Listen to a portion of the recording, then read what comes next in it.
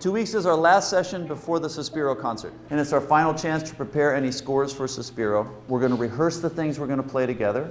We have dinner together, we have a concert. The current invitation is to write music for the musicians in Suspiro Woodwind Quintet. We look toward the end of the year and a concert that would happen at the end of the year.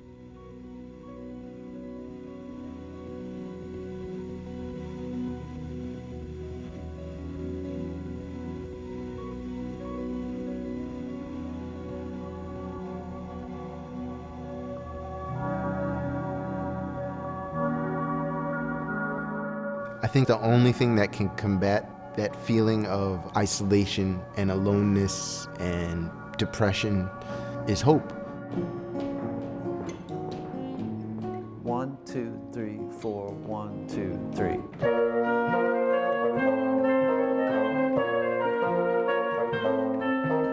3. Music is so essential to survival in prison, and being locked up is a really, really bad thing. There's so many ways to be negative.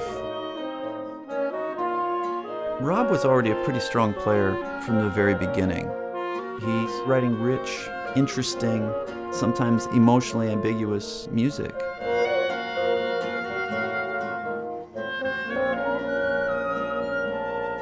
The piece that he's working on right now for Suspiro is called Tristeza.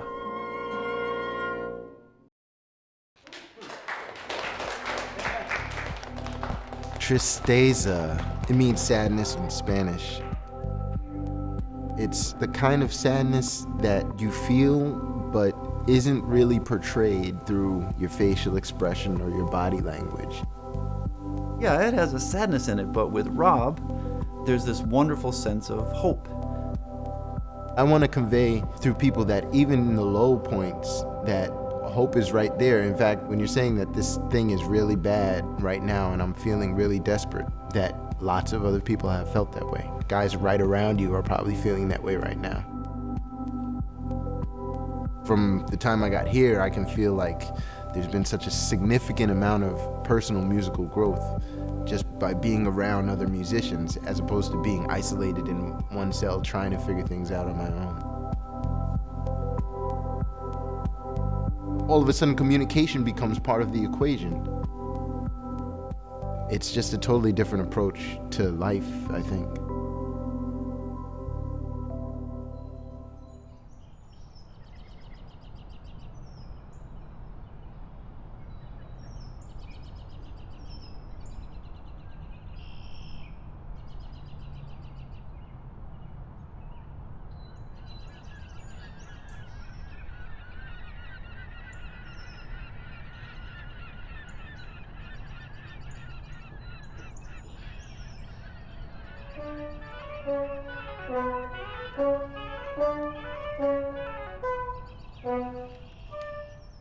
Danny's music doesn't sound like anybody else's music. I had no discipline before coming to prison. Needless to say, I'm in here, so my lifestyle wasn't really focused on the future, it was more in the now. Everybody plays a guitar, or hear a lot of people play the keyboard. I like to be original, so that's why I picked up the violin. I just started learning myself, reading books. I started with a Violin for Dummies book. By the time you get to page 300, you're like a master at it. So I'm at about page 295, and I'm not at 300 yet. Hopefully I'll get there. I sit in my cell, and I play every day. I started writing music about a month after I started playing it. What is this? How many notes are there? Well, those are 30 seconds. I started writing a classical piece. It's called Rapture of a Noble Brute. My familiarity with woodwind instruments is not as much as maybe metal music, which is really what I listen to.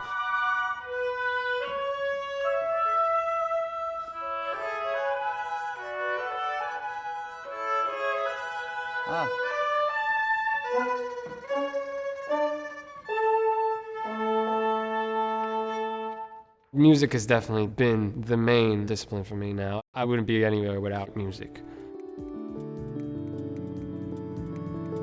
Music is just something, it has to do with sounds and feelings. It's all internal. I had two brothers. Both of them trying to teach me how to play the guitar, but I was too busy running up and down, chasing girls.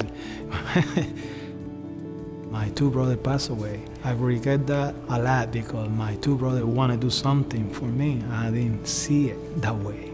It was always an interaction. That's one thing I loved about the music, that you run into people that you don't know, but they'll see you and it's like they welcome you in. I like to work with Gilberto because I like the other person to listen to it, to have a second opinion. Serrano, he's just phenomenal when it comes to music. He knew a lot about certain things, I knew a lot about other things. He can play, but I could read better. Yeah, collaboration is an art, right? There's this idea of a shared space. So it starts to be, well, I have my ideas and you have your ideas, but the thing becomes more important than the individuals. And Serrano, when he heard from Gilberto that kind of sounds like that other thing, maybe you should change it, he just said, okay, I'm going to change it, and he moved on. Oh, no, he didn't just say okay. No. Oh, he didn't? Let's get this straight. Okay, so there was a dialogue about it. Basically, I just let the music take its own course, see how it's gonna come alive. I'm from Manhattan. That's why I named it Midnight in Manhattan. When all these instruments got together and they played it, they didn't just make me remember it, they actually brought it back home. Like the taxi cabs going by or simple conversations, like everything was just coming together.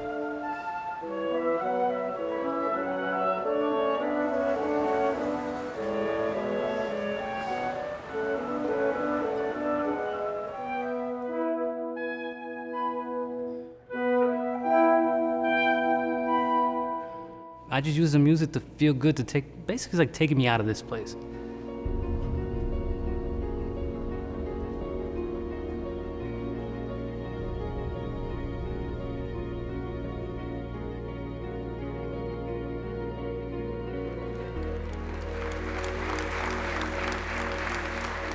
Thank you, Sospiro Wind Quintet. I'm Daniel. Tonight you're going to hear 5 premieres, the first of which is right now.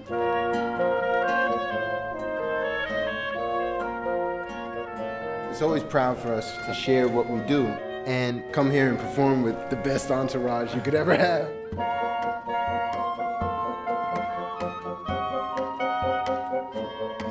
That people care enough to dedicate their time. It's changing the feeling of the facility.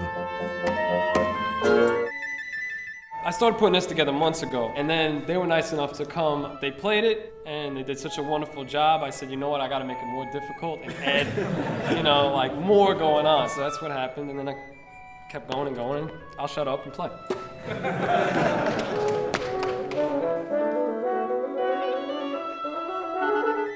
I used to do nothing all day, so to write something in a jail cell, and then hearing the work that you've worked on for months and hundreds of hours of dedication, and then to have them play it, it's really an honor.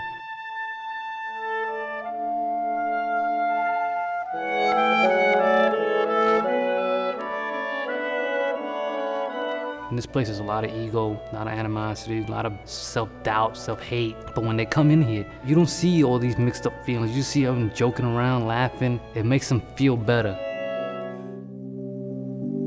Carnegie Hall has put so much into us, into this program. I feel like it would be disrespectful not to put that much back out. So that has become a discipline for me too. The bars, the cells, this location, it no longer exists. It's just me and the music and how I feel inside. It's something that we never had a chance to experience in the outside. They need to do real work. They need to have real problems to solve. They need to have life to sink their teeth into, to work with. All of a sudden, it just doesn't make sense to be as violent because communication has become a part of the culture here. And they carry that to the outside, so now maybe when they're in the street, instead of pulling out a gun, now they feel comfortable with another form of expression. And that's something I want to be part of for the rest of my life, even after I get out of here. Thanks to everybody for your beautiful hard work today. You made every note beautiful. Thank you so much.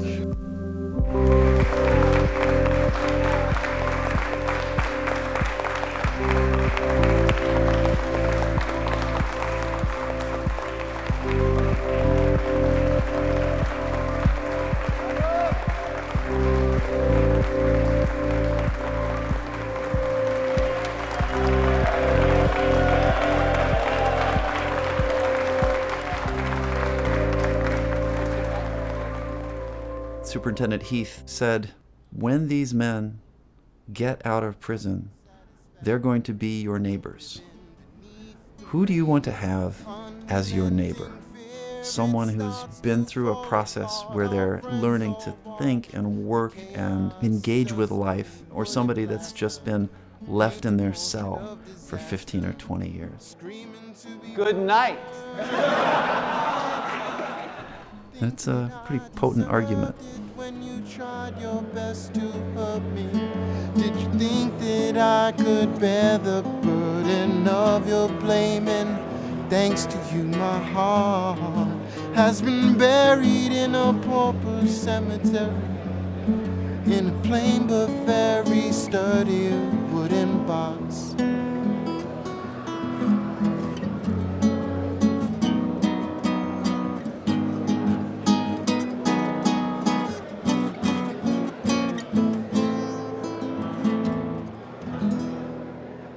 Yeah, special version now.